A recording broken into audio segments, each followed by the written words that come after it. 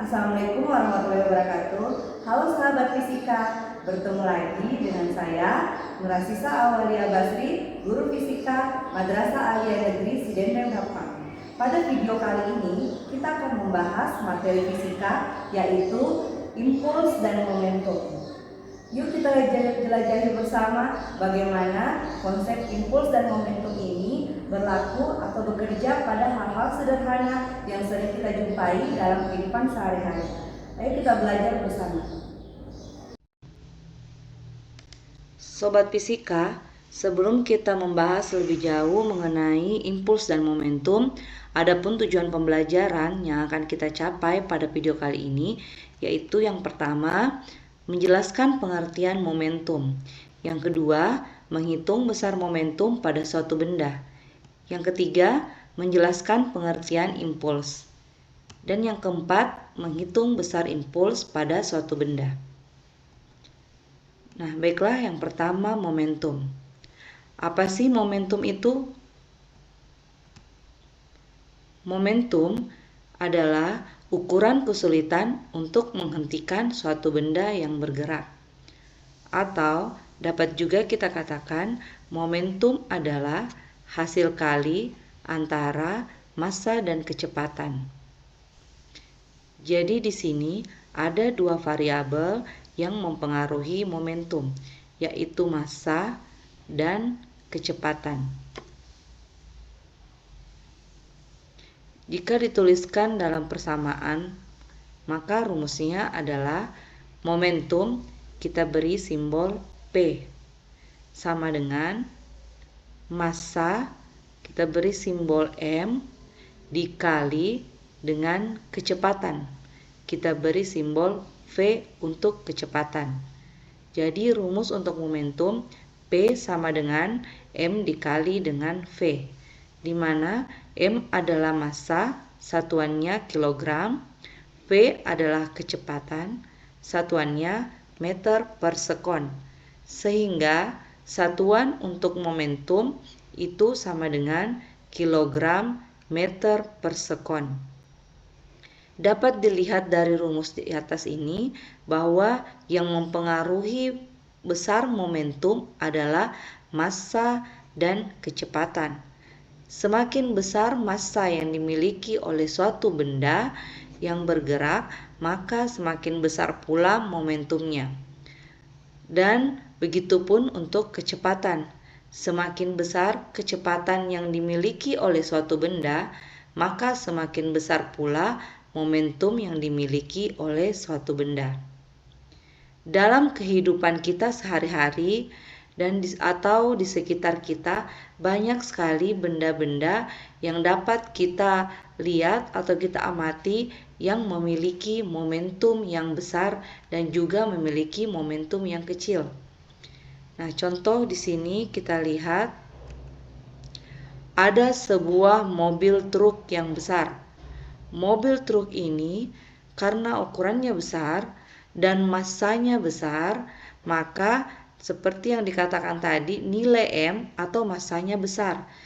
Sehingga karena nilai massa yang besar, maka mobil truk ini memiliki momentum yang besar. Selain massa, mobil truk ini bergerak dengan kecepatan V. Nah, jika kecepatan mobil truk V-nya besar, maka momentumnya akan semakin besar. Sehingga massa dan kecepatan yang dimiliki oleh mobil truk ini besar, maka menghasilkan momentum yang besar. Sehingga apa dampaknya dalam kehidupan kita sehari-hari? Jika ada mobil besar, mobil truk seperti ini, berarti mobil truk ini memiliki atau membawa momentum yang besar, sehingga kita harus berhati-hati karena jika terjadi kecelakaan atau hal-hal yang tidak diinginkan, maka kerusakan yang ditimbulkan oleh mobil dengan momentum yang besar akan besar pula. Berbeda dengan mobil yang ukurannya atau massanya lebih kecil. Contoh seperti ini. Mobil merah ini memiliki massa yang lebih kecil dari mobil truk. Nah, karena massanya kecil, maka momentumnya juga kecil. Nah, selain momentum ada juga kecepatan. Nah, jika tetap walaupun dengan massa yang kecil tetapi kecepatannya besar, bisa jadi momentumnya akan menjadi besar, karena seperti yang tadi kita ketahui bahwa rumus dari momentum itu P sama dengan M dikali V. Jadi selain dari massa, ada kecepatan yang berpengaruh. Kalau kita lihat kecepatannya massa dari mobil truk ini lebih besar dibanding massa yang mobil kecil yang berwarna merah ini. Tapi selain massa, kita juga harus mempertimbangkan kecepatan masing-masing mobil tersebut. Bisa jadi kecepatannya besar atau kecil. Nah, besar kecilnya kecepatan juga mempengaruhi momentum. Sampai di sini teman-teman jelas? Jelas ya? Oke, kita lanjut. Contoh soal. Sebuah motor bergerak dengan kecepatan 25 meter per sekon. Jika motor dan pengemudinya mempunyai massa 200 kg, maka momentum motor tersebut adalah berapa? Nah, kita lihat di sini. Dari soal diketahui bahwa massanya di sini mempunyai massa 200 kg dan kecepatannya V sama dengan 25 meter per sekon. Yang ditanyakan adalah momentumnya sama dengan berapa. Untuk menyelesaikan soal seperti ini, kita gunakan persamaan momentum. P sama dengan M dikali dengan V.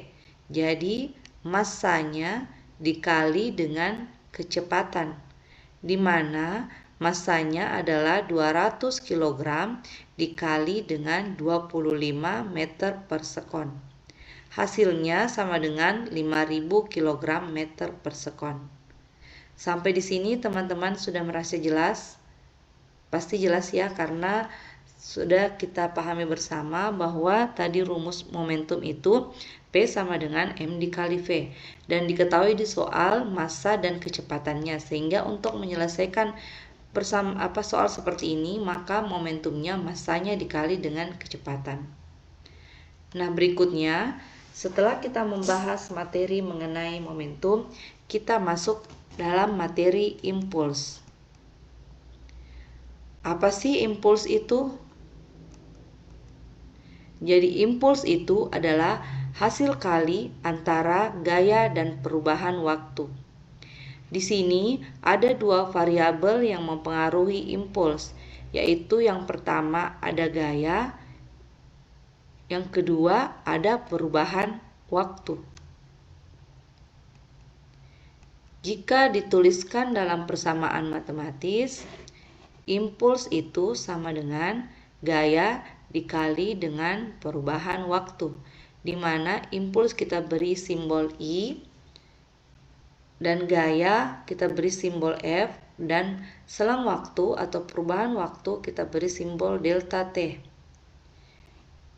Jadi F sama dengan gaya, satuannya Newton, delta T adalah selang waktu atau perubahan waktu, satuannya sekon, I sama dengan impuls, satuannya Newton sekon. Sama seperti halnya momentum, impuls ini juga sering kita lihat diterapkan atau kita lihat pada benda-benda yang ada di sekitar kita, atau mungkin peristiwa yang terjadi dalam kehidupan kita sehari-hari. Contohnya di sini adalah orang yang bermain sepak bola.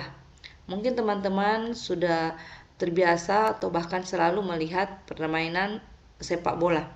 Nah, di sini ada gaya yang diberikan oleh kaki terhadap bola. Setelah kaki menendang bola tersebut, maka ada gaya kontak antara kaki dengan bola. Dan pada saat kaki dengan bola saling kontak karena diberikan gaya, maka di sini terjadi waktu atau selang waktu kontak antara kaki dengan bola. Semakin besar gaya yang diberikan, maka semakin besar pula impuls yang terjadi pada peristiwa sepak bola tersebut, dan begitu pula untuk selang waktu juga mempengaruhi. Ini contoh yang sangat dekat dalam kehidupan kita mengenai impuls. Jika kita lihat dalam contoh soal di sini, seorang pemain sepak bola melakukan tendangan terhadap bola dengan gaya F sebesar 20 Newton. Apabila waktu sentuh antara kaki dan bola adalah 0,01 sekon, tentukan besar impuls yang terjadi pada bola tersebut.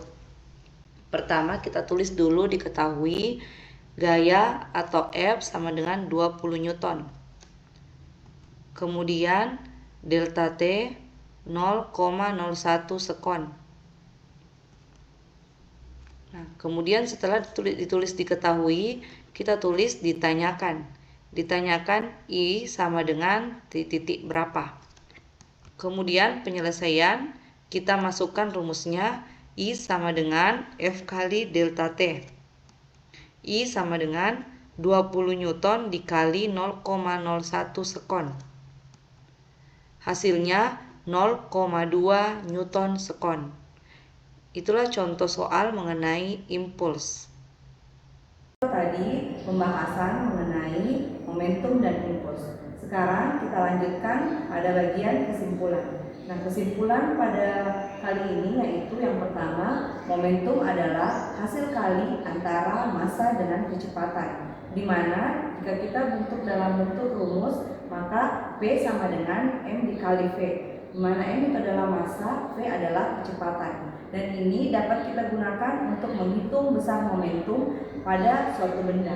Kemudian kesimpulan berikutnya, impuls adalah hasil kali antara gaya dikali dengan perubahan waktu, di mana jika dalam persamaan matematisnya, impuls adalah I sama dengan F dikali delta T.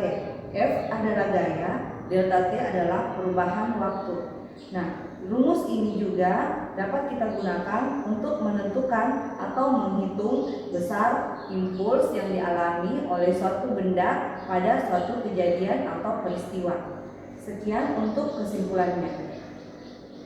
Sekian pembelajaran kita pada hari ini, yaitu mengenai momentum dan impuls. Sampai ketemu lagi pada video berikutnya. Saya Nurasisa Awalia Basri, guru fisika Madrasah Aliyah Negeri Sidendeng Rapang, pamit undur diri. Terima kasih. Assalamualaikum warahmatullahi wabarakatuh.